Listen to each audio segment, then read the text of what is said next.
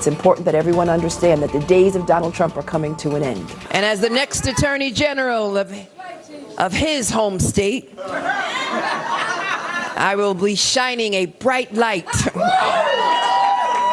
into every dark corner of his real estate dealings. I don't think you have the facilities for that, big man.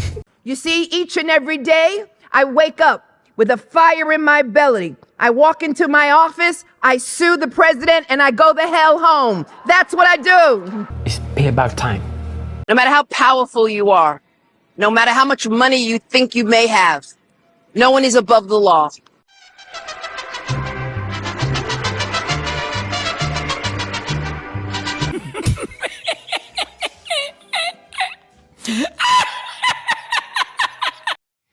This is nothing more than a continuation of the president's desperate weaponization of our justice system. He is forcing federal law enforcement agencies to do his bidding. A federal grand jury in Virginia has indicted New York Attorney General Letitia James on criminal charges after an investigation by the Department of Justice. Chanley Painter has the details. Good morning, Chanley. Hey, good morning. So New York Attorney General Letitia James facing federal mortgage fraud charges after prosecutors say she falsely claimed a home in Virginia as her second residence while using it as a rental property. A federal grand jury finding that she was then able to obtain more optimal loan terms. Well, James now faces a 2-count indictment, including 1 count of bank fraud and 1 count of making false statements to a financial institution. Each count carries a potential sentence of up to 30 years in prison and up to $1 million in fine and forfeiture. You cannot claim an occupied residence, get a lower mortgage rate, and then rent it out. You're cheating the lender by lying. And James actually incriminated herself. Both her mortgage and her insurance documents said she occupied it, but on an IRS records form, she admitted it was purely a rental with 0 personal occupancy. Well, it can't be both. That's illegal. Predictably, today she just whined that the law is being weaponized against her. Spare me the moral outrage. It was phony.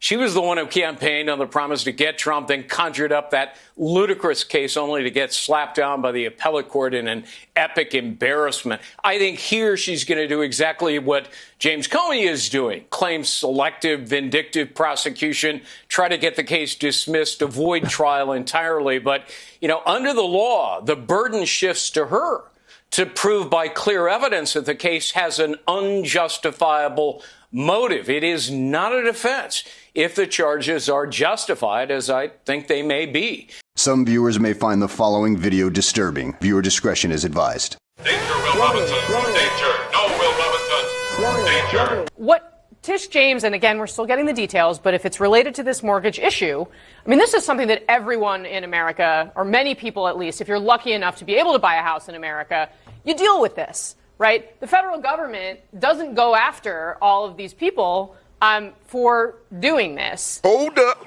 Wait a minute. Something ain't right. Trump did acknowledge that there could have been a mistake on his financial statement when it came to the value of his Trump Tower apartment, but he said that's why his statements included disclaimer clauses. Quote, there's a disclaimer clause where you don't have to get sued by the Attorney General of New York. Is that in any way a legitimate defense? No, and the judge already found it wasn't. The judge said, listen, you just can't offer miscalculating or wrong and misleading and fraudulent information and then say, wait, just kidding, do your own due diligence here. You have to be able to rely on what's actually being said. So the judge already resolved that issue. Now, what he's trying to do, though, is suggest, and you can't have both worlds, Jake. He can't on the one hand say he's in control of everything, on the other hand say, look, everyone else told me this and I handed it over and delegated. Both can't be true on a fraud trial. They have to prove that it's done knowingly. And so if it's a mistake, that's actually relevant criminally. It has to be, if it is a mistake and the person says, look, it's obviously a mistake, here's evidence it's a mistake, then you can't prove intent, and that's important. They've acknowledged, Letitia James seems like there was an error on a power of attorney form. They would try to argue that that was no intent of wrongdoing if she was presenting throughout, and the bank itself did not feel it was defrauded because they had the correct information despite one false document. Well, Jake, the key question, assuming this is in fact a mortgage fraud case, is whether Letitia James intentionally and specifically made a false representation. So as Kara said, now they're going to have to prove their case to a jury eventually beyond a reasonable doubt. And if this is a mistake or something that was done inadvertently, that's not going to be enough to support a criminal charge against Letitia James. These New York charges, residential mortgage fraud, among them, one of the most serious. So he's looking at 1 to 3 years minimum, 8 to 25 years maximum. These are huge ranges, but those would be inescapable, right? There's nothing a president can do to pardon on a state charge. James is the first Attorney General of New York to be indicted by the Justice Department, and it follows a nearly 6-month investigation into claims of mortgage fraud. Now, that is a charge the United States Justice Department rarely brings against individuals, but of course, James is not an ordinary individual. Trump considers her an enemy after she sued him in 2022, accusing Trump of lying about his real estate empire and inflating the value of his properties. So there's two things to keep in mind here. First of all, there's accountability for the corruption and the chaos that Donald Trump has unleashed on the American people from the very beginning of his presidency on January 20th. How? Hold on, bro. How? That should be tied directly to the Supreme Court and the 6 right-wing justices who basically gave Donald Trump, without justification, blanket immunity. You're teasing me. Naughty, naughty. And he's been out of control ever since. So that's problem number one. Problem number two, of course, is the fact that there are so many different corrupt sycophants within the Trump administration, including but not limited to within the Department of Justice. Now, these people don't have immunity. I don't like where this is going. And the reality is the statute of limitations is 5 years, and there will be accountability with the next administration, if not before, when Democrats take back control of the House of Representatives. What's wrong with you people? Well, I think the theme really is if you have power, use it, and also abuse it. Wait a minute.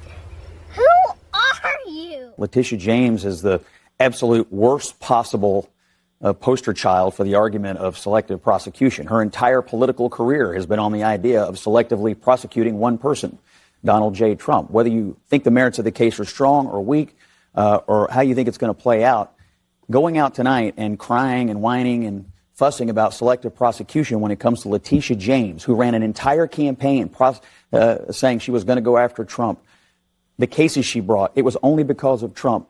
I don't think the American people are going to have too much sympathy for it. But she'll get to go to court. She'll get to make her arguments, and we'll see what happens. Trump supporters look at this and say, whose interest is this in? For what purpose? We don't care. Let me tell you something. We don't care. For the purpose of Donald Trump holding power and exercising power, and that is a calamitous time for this country. Psych!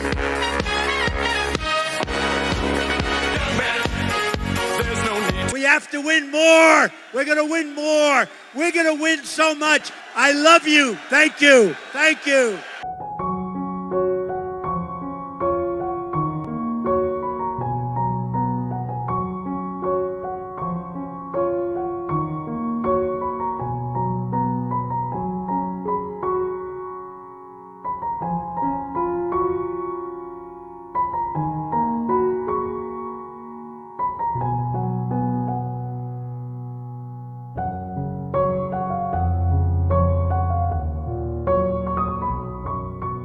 Don't forget to hit that like button, subscribe if you haven't already, ring that notification bell so you know every time I post a new video. If you like what I'm doing over here, you want to show a little extra love and support, be sure to check out our website, crownandthread.com. That's where you can grab all the awesome clothes you see me wearing in all of my videos, like this one. It says, he conquered as the lamb, returns as the lion. You know, the Lion of Judah, that would be King Jesus. And these are all handmade by my beautiful wife. We got tons of different designs to choose from, Christian, conservative, sizes ranging from itty bitty extra small to big and hefty 5X for my folks that like to eat. Bunch of different colors. It's all gooder than chicken to me. Of course, I'm biased though, but I'm sure we've got something that you look great rocking or that'll make an awesome gift for someone you love. We also sell some pretty sweet woodworking pieces made by my father-in-law, crosses, hearts, charcuterie boards.